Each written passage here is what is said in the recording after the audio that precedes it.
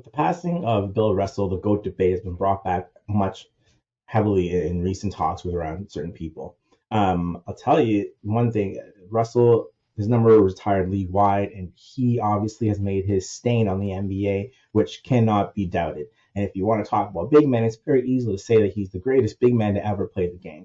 He also changed how people viewed NBA players, and throughout his life, even up until his death, he was still making very intelligent statements and talking about very big issues. So rip to the greatest, and he will be missed. But I want to talk about the current GOAT debate and a couple of names that go into it. LeBron James and Michael Jordan specifically, but I want to take a different approach to it. I want to talk about the children of these legendary stars. I'm going to throw Shaquille O'Neal in there as well because he is a third person that made me like pop up and make this actual take. I think LeBron James has had the greatest NBA career that's ever existed. I know he didn't win 6 championships. I know he didn't go 6-0 in the finals.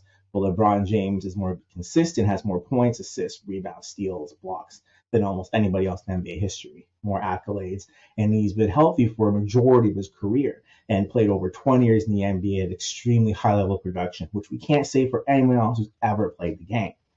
On the sub level, each of these all time greats have children. Shaquille O'Neal's son has just gone to the D League because he could not make an NBA roster, was not drafted to an NBA team.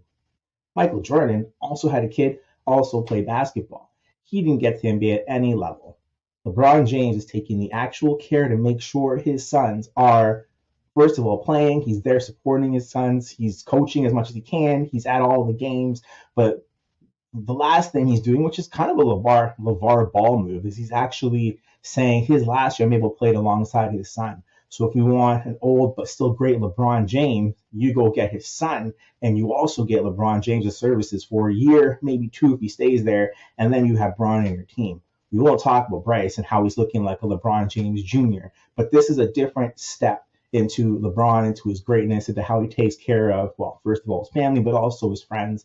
Look at the J.R. Smith contract and how ridiculous that was. Look at the other players on that Cleveland team who he made sure got signed 2 deals before he actually signed his deal here on the team. He cleaned out Cleveland. He actually made them spend a ton of money to keep that team together, looked out for his people before he inks his deal. He knows he has that power and he utilized it. First time NBA has been done. And I also believe that's part of why LeBron James is the greatest player in NBA history. Not to put aside the stuff that he's done outside of basketball, which has all been great. And he has, utilized interest in Hollywood and other places and education, even though he doesn't have his own education to help kids in Cleveland by creating a school for them.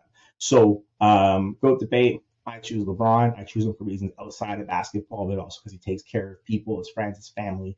That's it. That's my take.